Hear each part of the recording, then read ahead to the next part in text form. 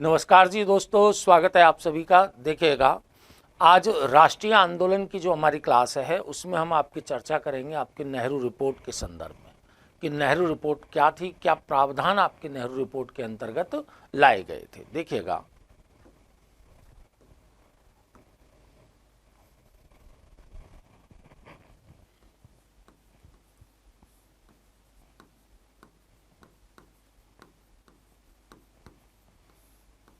Nehru report सबसे पहले आपको ये बात याद रखनी है कि भाई साइमन कमीशन आया। साइमन कमीशन का साइमन गो बैक कहते हुए भारतीयों के द्वारा आपके साइमन कमीशन का विरोध किया गया। ठीक है, साइमन गो बैक के नारे लगाए गए, जगह जगह पर आपके काले झंडे आपके साइमन को दिखाए गए। उस समय भारत सचिव थे लॉर्ड बर्केनहेड। तो भारत सचिव लॉर्ड बर्केनहेड के द्वारा भारतीयों के समक्ष आपके एक चुनौती रखी गई कि भाई ऐसा है कि अगर आप इतना ही हो हल्ला कर रहे हो आपके साइमन कमीशन को लेकर, तो तुम खुद ही क्यों नहीं एक ऐसे संविधान का निर्माण कर लेते हैं जो सभी को मंजूर हो, तो हम तो उसे अनुमति दे देंगे। चुनौती दे दी आपके बर्केनहेड ने, किनको? भारतीयों को। तब जाकर के आपके भारतीयों ने, इस भारतीय जो नेता हैं उन्होंने इस चुनौती को स्वीकार किया और 28 फरवरी 1928 ईस्वी को दिल्ली में आपके डॉक्टर एम अंसारी की अध्यक्षता में एक सर्वदलीय सम्मेलन का आयोजन किया।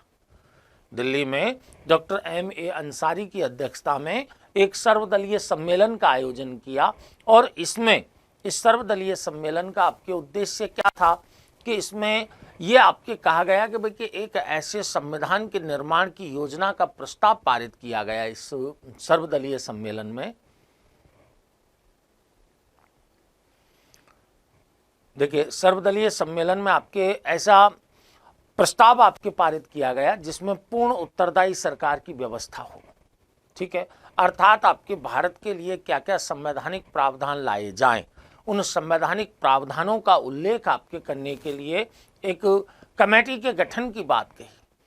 अब आपके क्या है, ये जो नेहरू रिपोर्ट आपके तैयार की गई, इस नेहरू रिपोर्ट में आपके एक तो क्या हुआ है कि नेहरू रिपोर्ट का जो प्रारूप है वो आपके मोतीलाल नेहरू और तेज बहादुर सप्रू के द्वारा तैयार किया गया था। ठीक है, लेकिन आपकी एक बात याद रखना कि एक तो सर्वदलीय सम्मेलन आपकी दिल्ली में हुआ, दूसरा आपके सर्वदलीय सम्मेलन मोतीलाल नेहरू की अध्यक्षता में बंबई में आयोजित किया गया 11 मई को। 28 फरवरी को हुआ पहला, दूसरा आपके कब आयोजित हुआ है? 11 मई को। ठीक है, और इस सम्मेलन में मोतीलाल नेहरू की अध्यक्षता में ही एक आपके कमेटी का गठन कर दिया गया जिसे भारत के भावी संविधान के सिद्धांतों का निर्धारण करना था कि भाई कौन कौन से सिद्धांत आपके लाए जाएं, संविधान का आपके स्वरूप कैसा हो, कौन कौन से प्रावधान उसमें रखे जाएं। इसके लिए एक नेहरू कमेटी का गठन कर दिया जाता है। ठीक है, तो हम आपके उसी की चर्चा यहां पर कर रहे हैं। सबसे पहले देखिए, भारत सचिव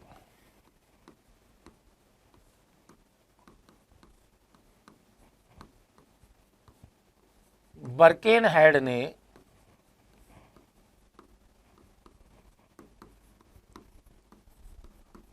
भारतीयों के समक्ष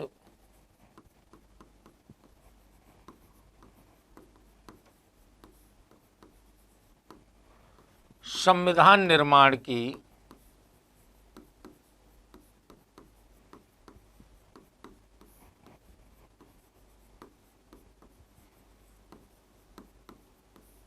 चुनौती रखी, जिसे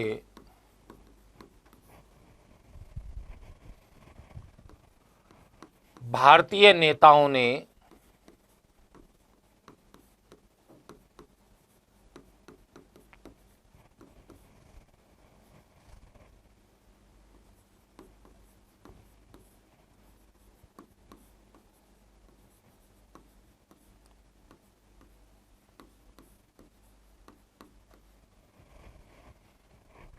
भारतीय नेताओं के द्वारा आपके उसको स्वीकार कर लिया जाता है। किसको? जो आपके भारतीयों को संविधान निर्माण की चुनौती रखी गई उसको।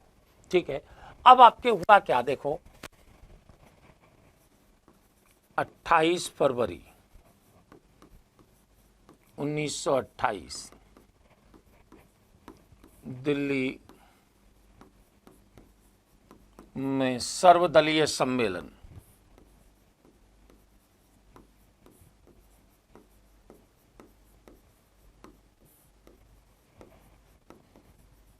का आयोजन। सर्वदलीय सम्मेलन का आयोजन किया गया। अध्यक्ष आपके रहे इसके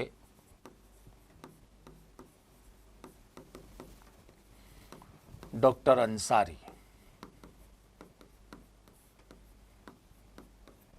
अध्यक्ष आपके इसके कौन रहे हैं? डॉक्टर अंसारी को इसका अध्यक्ष बनाया गया। किसका? दिल्ली में जो सर्वदलीय सम्मेलन का आयोजन किया गया था इसका।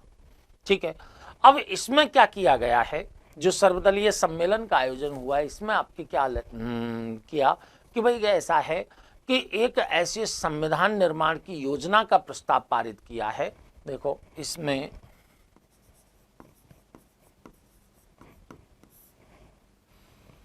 एक संविधान निर्माण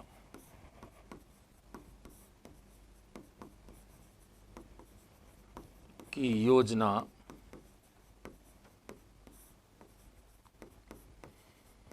का प्रस्ताव पारित हुआ है।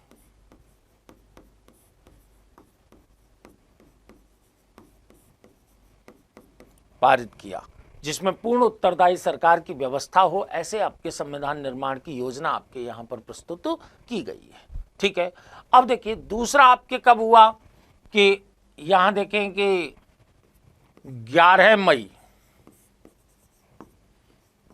1928 बंबई में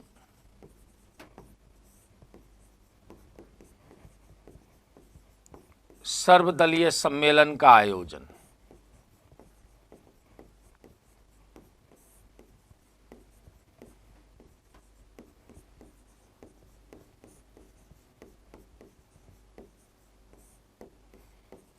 और इसके अध्यक्ष आपके कौन थे? अध्यक्ष थे मोतीलाल नेहरू।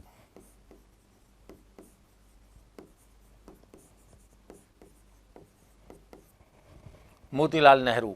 अब देखिए ये जो आपके बंबई में सर्वदलीय सम्मेलन का आयोजन किया गया, इसी सर्वदलीय सम्मेलन में भारत में यानी भारत के लिए संविधान के सिद्धांतों का निर्धारण करने हेतु, ठीक है, एक नेहरू कमेटी का गठन किया गया जो मोतीलाल नेहरू की अध्यक्षता में काम कर रही थी। ठीक है ना, किसका गठन कर दिया गया है? नेहरू कमेटी का। देखो इस सम्मेलन में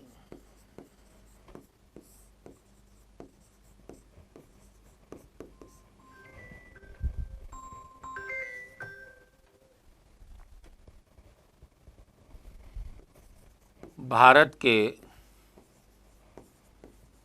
संविधान के सिद्धांतों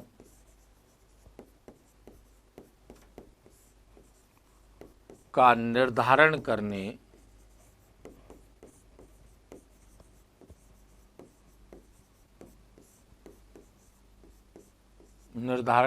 के लिए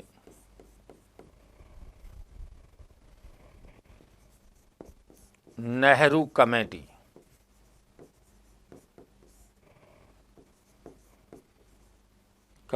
का गठन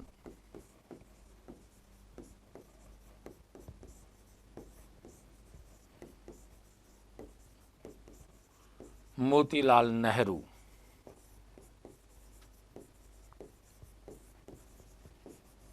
की अध्यक्षता में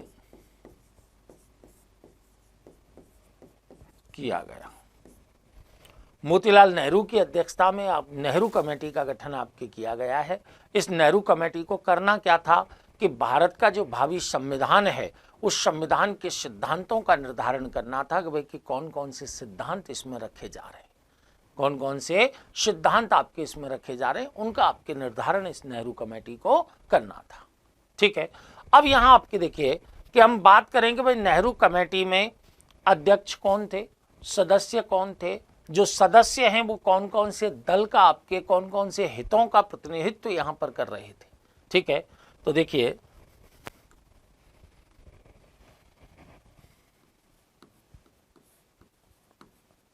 नेहरू कमेटी,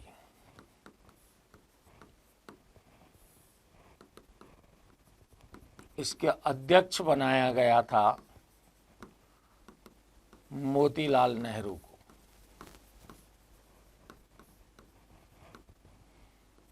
मोतीलाल नेहरू, और इसके सचिव थे पंडित जवाहरलाल नेहरू।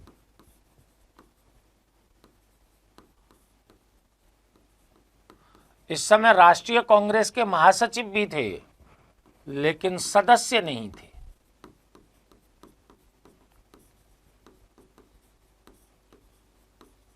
जवाहरलाल नेहरू आपके इसके सचिव तो थे, लेकिन इसके सदस्य नहीं थे। किसके? नेहरू कमेटी के।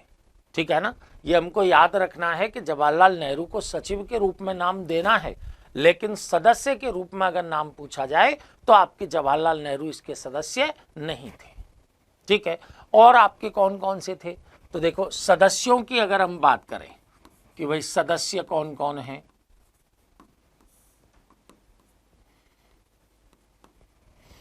तो सदस्यों में आपके देखिए सबसे पहले नाम आता है किनका, कि भाई तेज बहादुर सप्रू, जो आपके उदारवादी थे, तेज बहादुर सप्रू।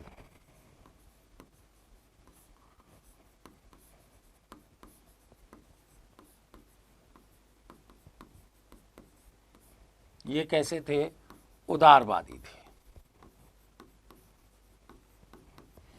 इस समय मुस्लिम हितों की जो आपके देखभाल करने के लिए यहां पर नियुक्त हुए वो थे अली इमाम और शोएब कुरैशी। ठीक है ना, अली इमाम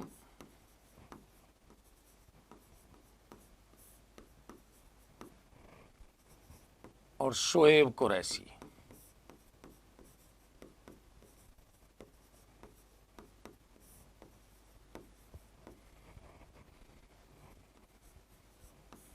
ये मुस्लिम हितों की आपके देखरेख के लिए थे कि भाई कि कहीं मुसलमानों का कोई अहित आपके इस रिपोर्ट में ना हो, इसलिए आपके कौन काम कर रहे थे? अली इमाम और शोएब कुरैशी। ठीक है, इधर आपके एमएस अणे और जैकर, ये दोनों हिंदू हितों के लिए थे। एमएस अणे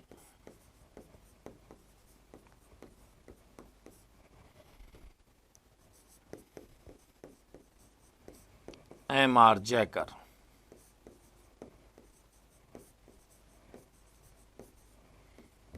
ये हिंदू हितों के लिए, हिंदू हितों के लिए काम कर रहे थे। इधर सरदार मंगल सिंह हैं, वो सिखों के लिए काम कर रहे थे। जीआर प्रधान हैं, वो गैर ब्राह्मणों के लिए काम कर रहे थे। ठीक है, देखो जीआर प्रधान,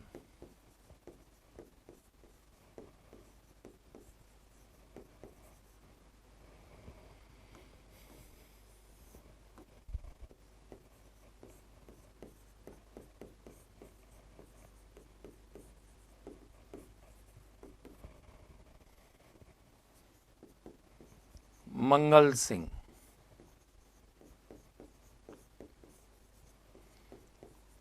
ये सिखों का नेतृत्व कर रहे थे। मंगल सिंह आपके, सरदार मंगल सिंह हैं, वो आपके किनका? सिखों का नेतृत्व कर रहे थे। एनएम जोशी हैं, वो आपके मजदूरों का प्रतिनिधित्व कर रहे थे। एनएम जोशी आपके किनका?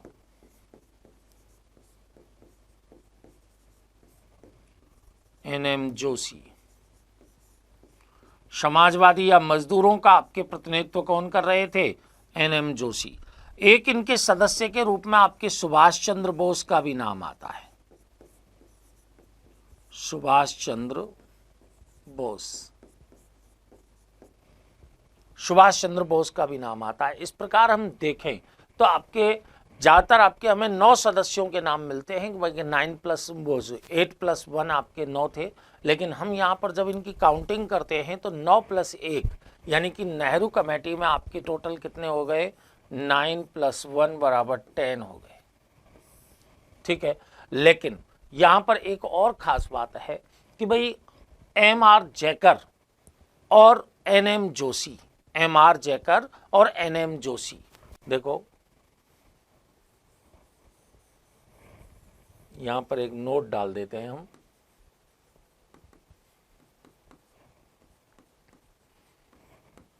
एमआर जैकर, एनएम जोशी,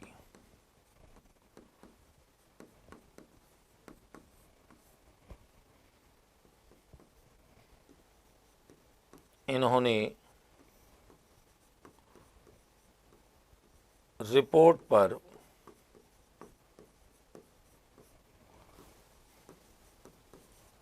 हस्ताक्षर नहीं किए।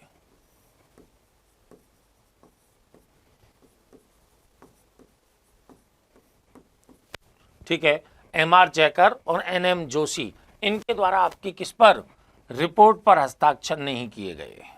इन दो व्यक्तियों ने आपके रिपोर्ट पर हस्ताक्षर नहीं किए हैं। तो ये आपके सदस्य हैं किसके, नेहरू कमेटी के। ठीक है, महासचिव आपके कौन बनाए गए हैं इसके, वो सचिव आपके कौन बनाए गए हैं, पंडित जवाहरलाल नेहरू बनाए गए हैं। और सचिव के बारे में हमने बताया कि पंडित जवाहरलाल नेहरू हैं, इस समय कांग्रेस के महासचिव भी थे, कांग्रेस के महासचिव भी थे। अब इस कमेटी ने क्या किया, इसने 10 अगस्त 1928 ईस्वी को अपनी रिपोर्ट प्रस्तुत की है। ठीक है ना, 10 अगस्त 1928 ईस्वी को अपनी रिपोर्ट प्रस्तुत कर दी। और इस रिपोर्ट में आपके जो प्रावधान थे उनकी चर्चा हम आपसे करेंगे। ठीक है, तो देखिएगा, रिपोर्ट,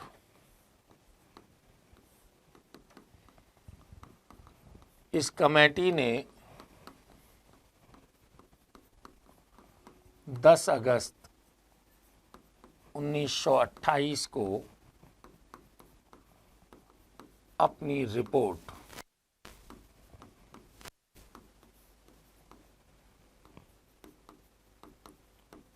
प्रस्तुत की। ठीक है, कब आपकी रिपोर्ट प्रस्तुत की गई है कि 10 अगस्त 1928 ईस्वी को अपनी रिपोर्ट प्रस्तुत इनके द्वारा की गई है। अब इस रिपोर्ट में आपके क्या क्या प्रावधान थे वो बड़े आपके महत्वपूर्ण प्रश्न के रूप में रहते हैं, क्योंकि कभी भी हमको 3-4 आपके जो प्रावधान हैं वो आपके दे दिए जाते हैं और पूछा जाता है कि भाई कि निम्न में से कौन सा आपके प्रावधान उसमें शामिल नहीं था या था। ठीक है ना, तो देखिए नंबर 1, रिपोर्ट में आपके भारत को अधिराज्य या डोमिनियन स्टेट्स, डोमिनियन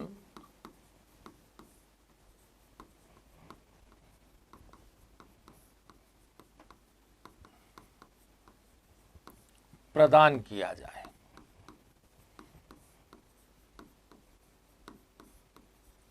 सबसे पहला आपके प्रावधान क्या रख दिया गया है इसमें कि भाई भारत को डोमिनियन स्टेटस प्रदान किया जाए, अर्थात साम्राज्य के अंतर्गत स्वराज्य प्रदान किया जाए। भारतीयों को साम्राज्य के अंतर्गत स्वराज्य प्रदान किया जाए। ठीक है, दूसरी बात आपकी कही कि भाई भाषाई आधार पर प्रांतों का गठन हो, भाषाई आधार पर प्रांतों का गठन हो। भाषा के आधार पर प्रांतों का गठन हो।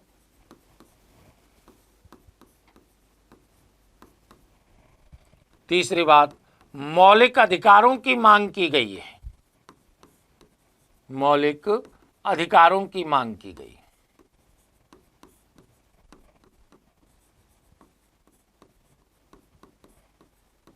मौलिक अधिकारों को शामिल इसमें किया गया है और आपके कितने 19 मौलिक अधिकारों की मांग की गई है। कितनों की? 19।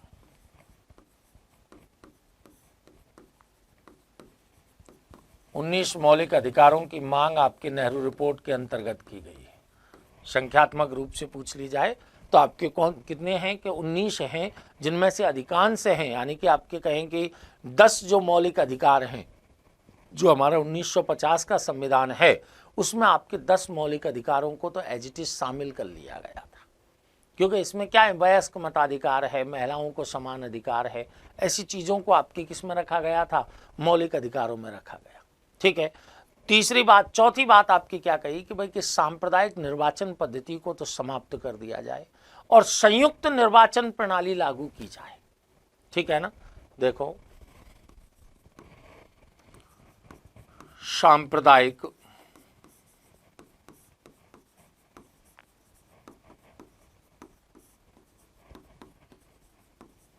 निर्वाचन पद्धति को समाप्त कर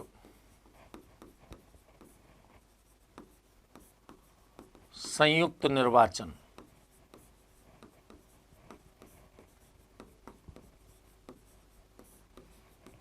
प्रणाली लाई जाए। ठीक है, संयुक्त निर्वाचन प्रणाली लाई जाए। आपके हम ये कह सकते हैं यहाँ पर कि भाई कि ऐसा है कि जिन प्रांतों में आपके मुस्लिम अल्पसंख्यक हैं उनके लिए कुछ सीटें आरक्षित कर दो। ठीक है ना। और जहां मुस्लिम बहुसंख्यक हैं वहां पर आपके ऐसी व्यवस्था ना की जाए। ऐसी बात आपकी किसमें, इस संयुक्त निर्वाचन प्रणाली के नाम पर लाने की बात कही गई। ठीक है। तीसरी बात आपके यानी पांचवी बात आपकी कौन सी है कि केंद्र और राज्य दोनों में उत्तरदायी शासन की स्थापना हो। केंद्र और राज्य दोनों में उत्तरदायी शासन की स्थापना हो और केंद्र में तो द्विसदनात्मक व्यवस्थापिका की स्थापना की जाए। तो देखो, केंद्र व राज्य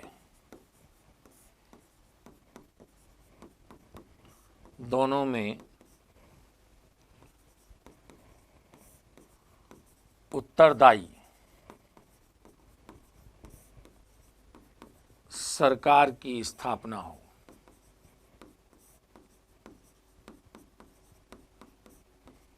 एवं केंद्र में आपके क्या करना है कि द्विसदनात्मक जो व्यवस्थापिका है उसकी स्थापना करनी है। केंद्र में द्विसदनात्मक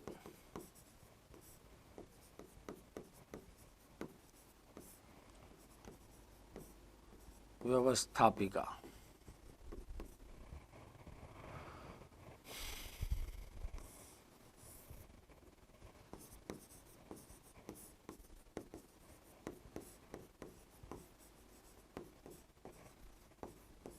की स्थापना की जाए।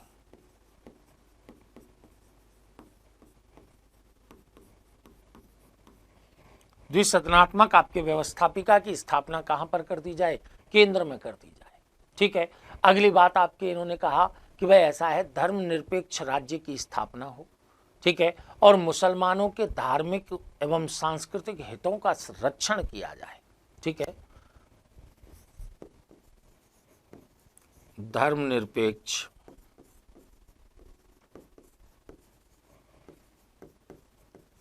राज्य की स्थापना।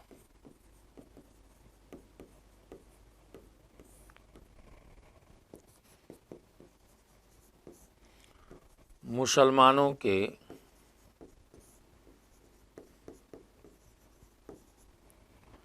धार्मिक व सांस्कृतिक हितों का संरक्षण। सांस्कृतिक हितों का संरक्षण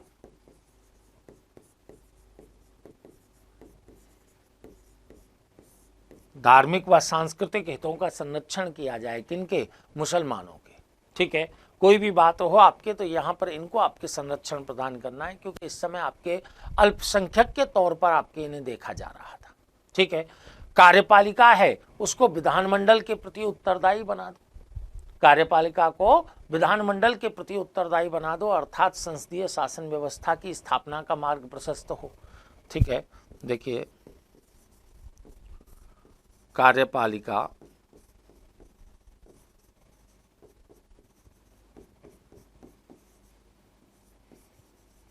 को विधानमंडल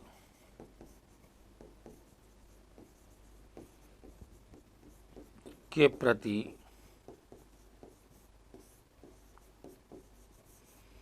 उत्तरदायी बनाया जाए।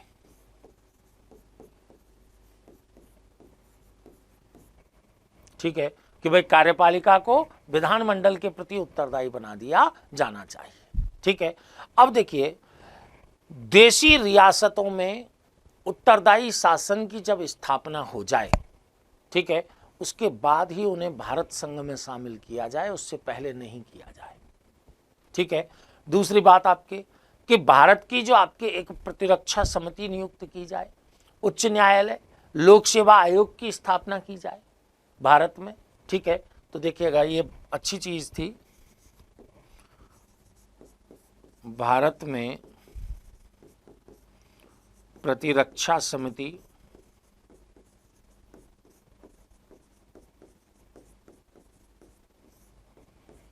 उच्च न्यायालय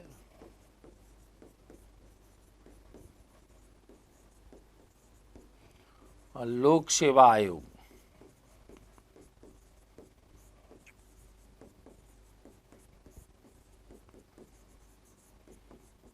की स्थापना हो। ठीक है, लोक सेवा आयोग की स्थापना हो। और भी हम आपके यहाँ पर इनकी रिपोर्ट देख सकते हैं। मैंने बताई दिया आपके कि केंद्र और प्रांत दोनों में आपके शक्तियों का विभाजन किया जाए। ठीक है ना, संघीय आधार पर।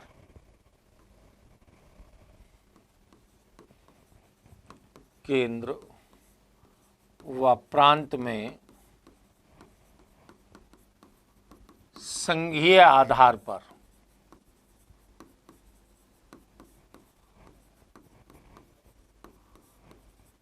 शक्तियों का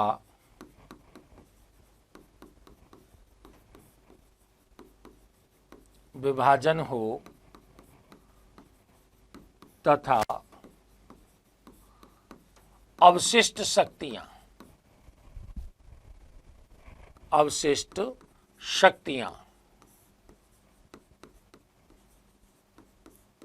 केंद्र के पास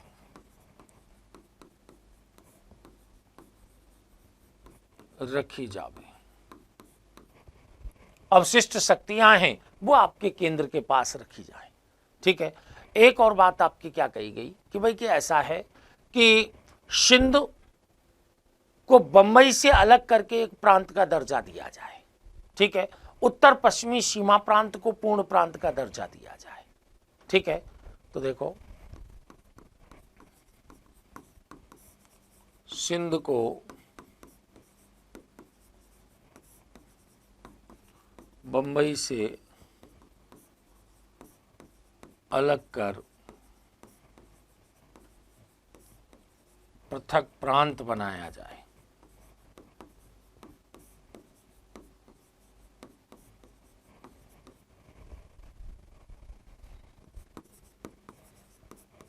उत्तर पश्चिमी सीमा प्रांत को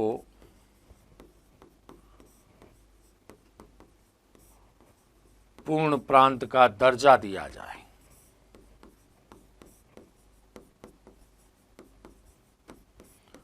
ऐसी कुछ रिपोर्टें आपके नेहरू रिपोर्ट के अंतर्गत शामिल की गई थी। ठीक है ना, किसमें?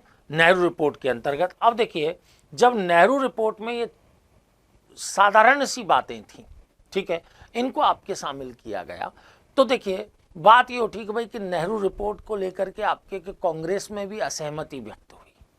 कांग्रेस में आपके कैसे असहमति व्यक्त हुई कि अगस्त 1928 ईस्वी का लखनऊ में आपके एक सर्वदलीय सम्मेलन आयोजित किया गया है, डॉक्टर अंसारी की अध्यक्षता में ही किया गया, जिसका मुख्य उद्देश्य आपके क्या था? नेहरू रिपोर्ट पर विचार करना। इस सर्वदलीय सम्मेलन में आपके नेहरू रिपोर्ट को हालांकि स्वीकार कर लिया गया, लेकिन इस समय सुभाष चंद्र बोस हुए, पंडित जवाहरलाल नेहरू हुए, सत्यमूर्ति हुए, ऐसे जो नेता थे वो आपके डोमिनियन स्टेट्स के स्थान पर पूर्ण स्वराज्य को कांग्रेस के लक्ष्य बनाना चाहते थे। ठीक है, इस कारण इनके द्वारा नेहरू रिपोर्ट का विरोध किया जाता है और विरोध के परिणाम स्वरूप सुभाष चंद्र बोस और पंडित जवाहरलाल नेहरू के द्वारा 1928 ईस्वी में ही भारतीय स्वतंत्रता लीग का गठन कर दिया जाता है। ठीक है, तो देखिएगा 10 अगस्त को आई, तो अगस्त में ही आपके आयोजित कर लिया है। कौन सा? लखनऊ अधिवेशन। ठीक है, तो देखिए अगस्त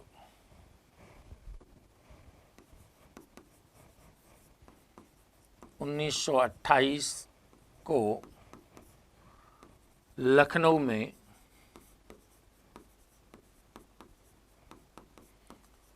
डॉक्टर अंसारी की अध्यक्षता में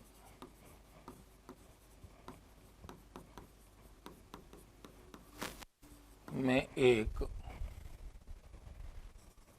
सर्वदलीय सम्मेलन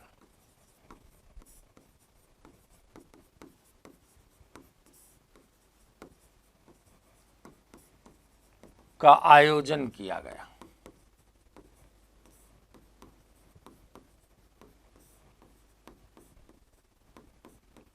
सर्वदलीय सम्मेलन का आयोजन किया जाता है आपके किसके अंतर्गत?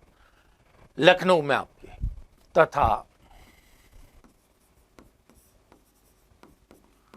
इसमें नेहरू रिपोर्ट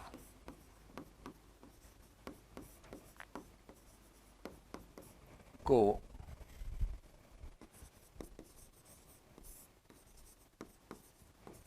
स्वीकार कर लिया गया।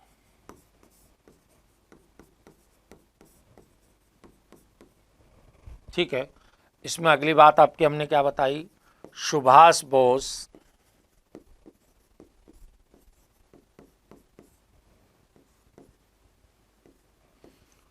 तथा पंडित नेहरू, पंडित जवाहरलाल नेहरू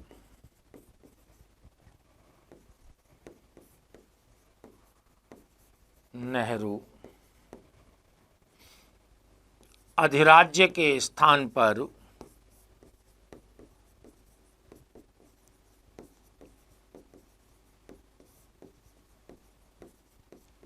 पूर्ण स्वराज्य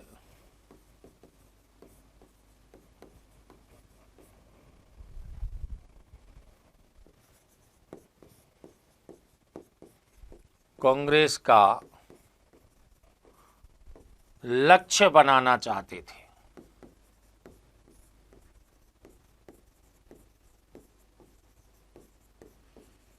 इस कारण इन्होंने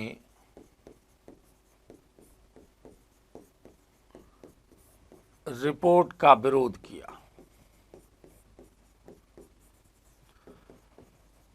ये चाहते थे कि भाई कि रिपोर्ट में संशोधन हो जाए और अधिराज्य की जगह आपके डोमिनियन स्टेटस की जगह आपके यहाँ पर क्या रख दिया जाए? पूर्ण स्वराज्य का मुद्दा है उसको आपके रख दिया जाए, लेकिन इनकी बात नहीं चली वहाँ। ठीक है, इसी कारण 1928 में इन्होंने भारतीय स्वतंत्रता लीग की स्थापना कर ली। ठीक है, देखो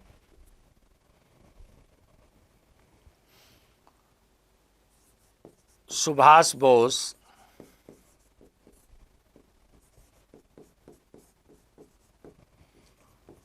तथा जवाहरलाल नेहरू ने 1928 ईस्वी में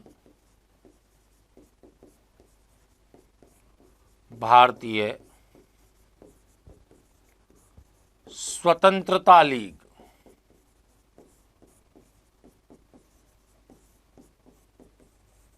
की स्थापना की। भारतीय स्वतंत्रता लीग की स्थापना की है और इसका अध्यक्ष किसको बनाया गया है? श्रीनिवास आयंगर को। ठीक है ना, इसका अध्यक्ष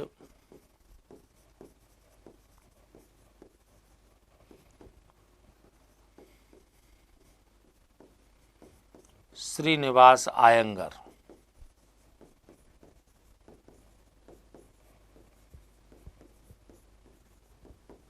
को बनाया गया। इसका अध्यक्ष आपके किसको बनाया गया है? श्रीनिवास आयंगर को आपके बना दिया जाता है।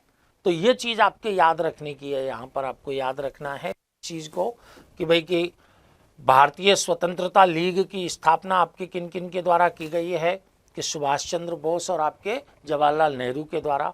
अध्यक्ष आपके किसको बनाया गया है? कि श्रीनिवास आयंगर को इसका अध्यक्ष बनाया गया है। ठीक है, आपके नेहरू रिपोर्ट है। ठीक है, नेहरू रिपोर्ट को सबसे पहले आपके कौन से सम्मेलन में स्वीकार किया गया था कि भाई लखनऊ में जो सर्वदलीय सम्मेलन था, किसकी अध्यक्षता में, डॉक्टर अंसारी की अध्यक्षता में, उसमें नेहरू रिपोर्ट को पहले स्वीकार किया गया था। ठीक है, अब यहाँ हम आपकी दूसरी बात करें कि भाई कि कांग्रेस क्या कर रही है नेहरू रिपोर्ट के संदर्भ में। तो दिसंबर 1928 ईस्वी का कांग्रेस का कलकत्ता अधिवेशन हुआ। कलकत्ता अधिवेशन में आपके हालांकि पूर्ण स्वराज्य के मुद्दे को लेकर के और अधिराज्य के मुद्दे को लेकर के वहां भी विवाद हुआ। जो गांधी जी के हस्तक्षेप के पश्चात आपके जो विवाद है वो आपके सुलझा दिया गया। ठीक है, लेकिन कलकत्ता अधिवेशन में जो नेहरू रिपोर्ट है उसको पूर्ण रूप से स्वीकृति प्रदान कर दी गई, स्वीकार कर लिया गया। और गांधी जी ने सरकार को 1 वर्ष का समय दिया कि 1 वर्ष के अंदर अंदर या तो आपकी नेहरू रिपोर्ट को स्वीकार कर लिया जाए, अन्यथा हम पूर्ण स्वराज्य से कम किसी भी बात पर समझौता नहीं करेंगे। ये आपकी धमकी भी दे दी। किसको धमकी, किसको दी है? धमकी दी आपके ब्रिटिश गवर्नमेंट को, ब्रिटिश गवर्नमेंट को। ठीक है, तो देखिएगा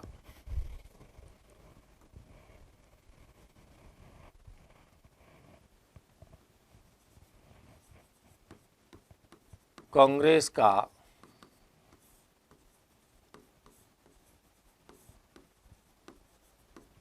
कलकत्ता अधिवेशन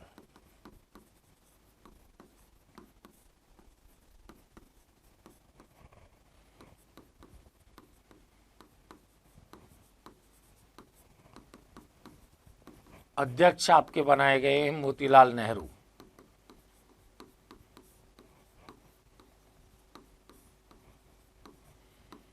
मैंने बता दिया है, यहाँ लिखने की आवश्यकता नहीं है कि अधिराज्य का मुद्दा और पूर्ण स्वराज्य के मुद्दे को लेकर के यहाँ भी विवाद की स्थिति है, लेकिन गांधी जी ने हस्तक्षेप करके उस विवाद को सलटा दिया है यहाँ पर।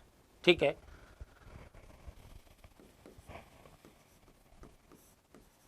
नेहरू रिपोर्ट को स्वीकार किया गया।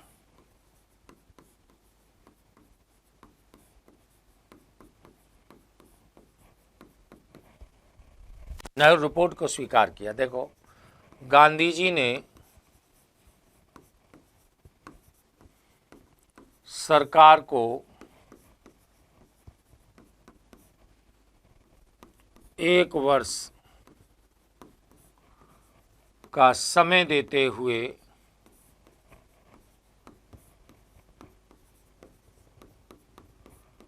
चेतावनी दी कि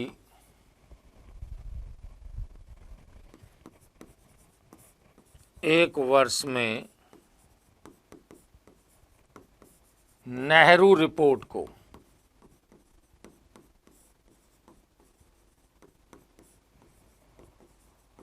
स्वीकार कर लिया जाए,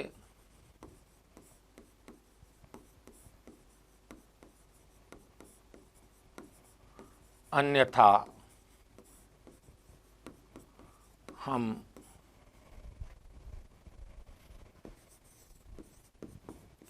पूर्ण स्वराज्य से कम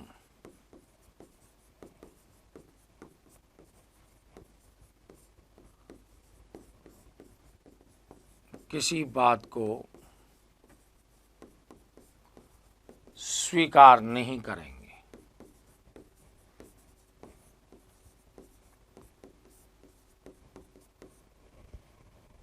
ठीक है, कि पूर्ण स्वराज्य से कम आपके किसी भी मुद्दे पर हम समझौता नहीं करेंगे अगर हमारी आपके नेहरू रिपोर्ट को 1 साल के अंदर अंदर स्वीकार नहीं किया गया तो।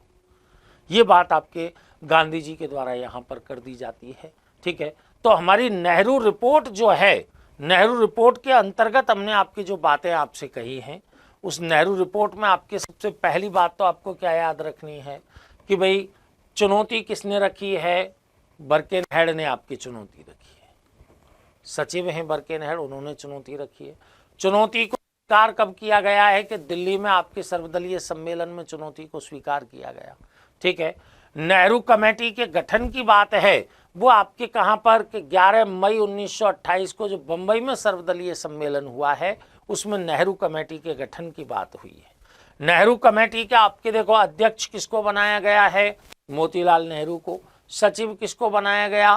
पंडित जवाहरलाल नेहरू को। लेकिन याद रखना पंडित जवाहरलाल नेहरू इसके सदस्य नहीं बनाए गए, ठीक है। और सदस्य देखें, तेज बहादुर सप्रू उदारवादी हैं, अली इमाम, शोएब कुरैशी मुस्लिम हितों को देख रहे हैं, ठीक है। MS अणे और MR जयकर दोनों हिंदू हितों को देख रहे हैं। GR प्रधान हैं, वो गैर ब्राह्मण हैं। मंगल सिंह हैं, वो सिखों के हितों को देख रहे हैं। NM जोशी मजदूर हितों को देख रहे हैं। सुभाष चंद्र बोस है। लेकिन NM जोशी और MR जयकर इन दोनों के द्वारा आपके अंतिम जो रिपोर्ट है उस अंतिम रिपोर्ट पर आपके हस्ताक्षर नहीं किए। जो रिपोर्ट हमने आपके बताया ना कि भाई 10 अगस्त को जो आपकी रिपोर्ट प्रस्तुत की गई है, इस रिपोर्ट पर आपके इन दोनों के हस्ताक्षर नहीं थे, ठीक है ना। किन किन के? MR जयकर का नहीं था और आपके NM जोशी का नहीं था, ठीक है। इन दोनों के आपके इस पर हस्ताक्षर नहीं थे, ठीक है। अब इनमें रिपोर्टों में आपके देखो सबसे महत्वपूर्ण है कि भाई डोमिनियन स्टेटस, भाषाई आधार पर प्रांतों का गठन, मौलिक अधिकारों की बात है, सांप्रदायिक निर्वाचन को समाप्त करने की बात है। ये 4 तो आपके सबसे महत्वपूर्ण है, ठीक है। तो अगला बात आपके कार्यपालिका को विधानमंडल के प्रति उत्तरदायी बनाया जाए, क्योंकि संसदीय शासन व्यवस्था का विचार आपके यहाँ पर आ रहा है, ठीक है। और एक आपके यहाँ पर आप देख सकते हैं कि एक अगला आपके कौन सा हो जाएगा कि ये सिंध को बम्बई से अलग कर दिया जाए और उत्तर पश्चिमी सीमा प्रांत को आपके पूर्ण प्रांत का दर्जा दे दिया जाए। तो ये कुछ एक आपके महत्वपूर्ण सिफारिशें हैं जो कि सामान्यतः आपके हमको एग्जाम में पूछ ली जाती हैं, ठीक है। अब इस नेहरू रिपोर्ट पर मुस्लिम लीग की क्या प्रतिक्रिया रही, सरकार ने आपके इसका क्या किया रिपोर्ट का, नेक्स्ट क्लास में हम आपके इन बिंदुओं की चर्चा आपसे करेंगे। तब तक के लिए बहुत बहुत धन्यवाद।